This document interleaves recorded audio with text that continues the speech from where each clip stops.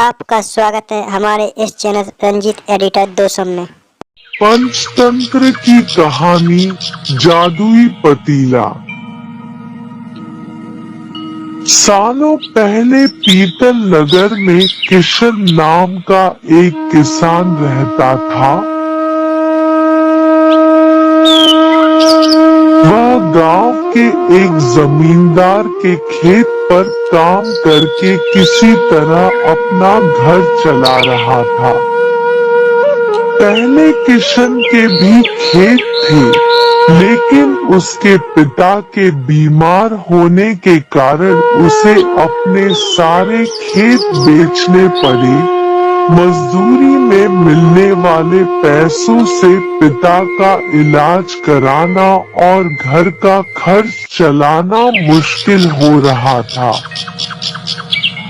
वो हर दिन सोचता कि कैसे घर की स्थिति को बेहतर किया जाए। आज भी इसी सोच के साथ किशन सुबह सुबह जमींदार के खेत पर काम करने के लिए निकला। खुदाई करते समय उसकी कुदाल किसी धातु से टकराई और तेज आवाज हुई। किशन के मन में हुआ कि आखिर ऐसा क्या है यहाँ। उसने तुरंत उस हिस्से को खोदा तो वहाँ से एक बड़ा सा पतीला निकला। पतीला देखकर किशन दुखी हो गया। किशन के मन में हुआ कि ये जेवरात होते तो मेरे घर की हालत थोड़ी सुधर जाती। फिर किशन ने सोचा कि चलो अब खाना ही खा लेता हूँ। किशन ने खाना खाने के लिए अपने हाथ की कुदाल उस पतीले में फेंक दी और हाथ मुंह धोकर खाना खाने लगा।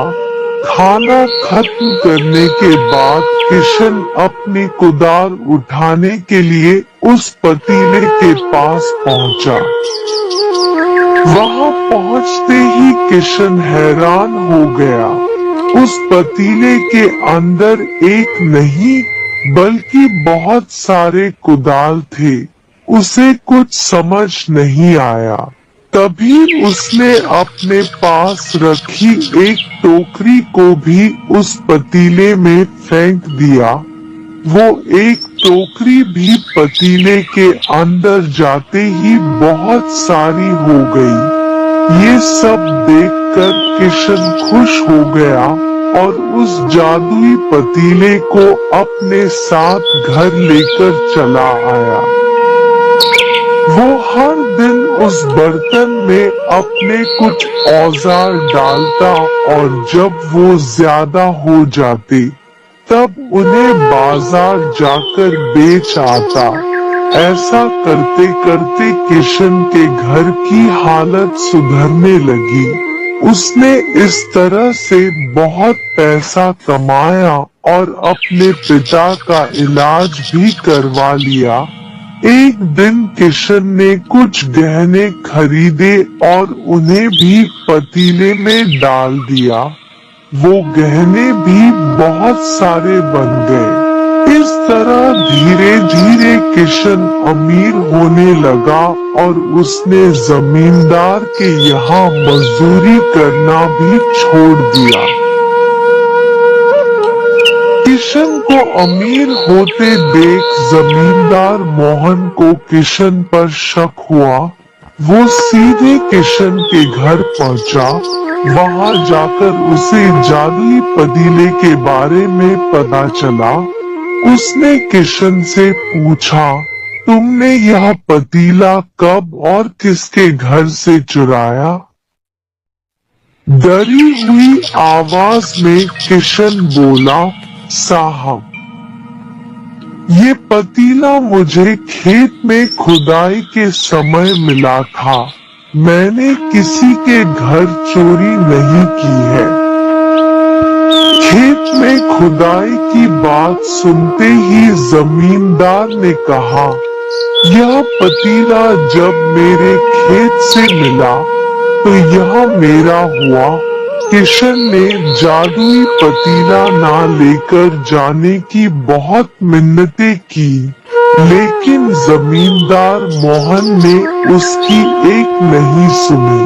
वो जबरदस्ती अपने साथ वो जादुई पतीला लेकर चला गया। जमींदार ने भी किशन की ही तरह उसमें सामान डालकर उन्हें बढ़ाना शुरू किया।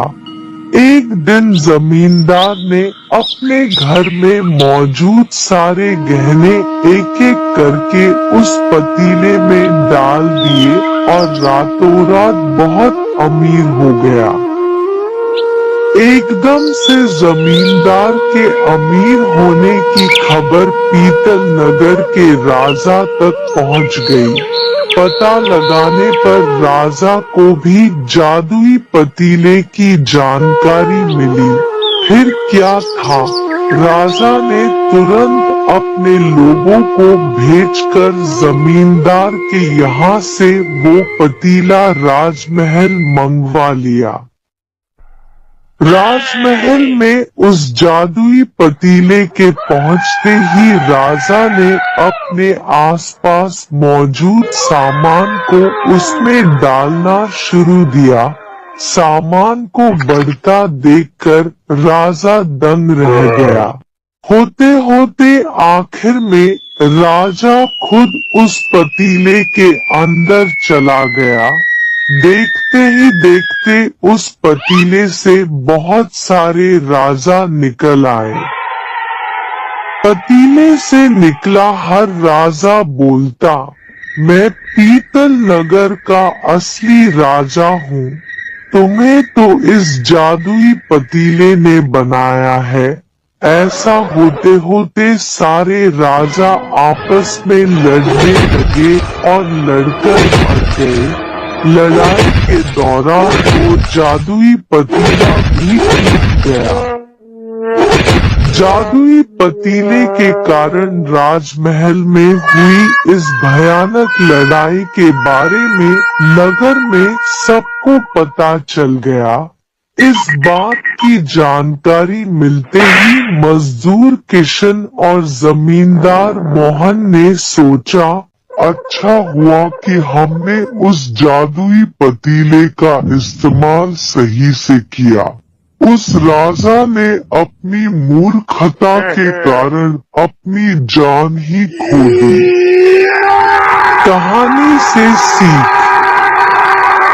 जादुई पतीले की कहानी से दो सीख मिलती है।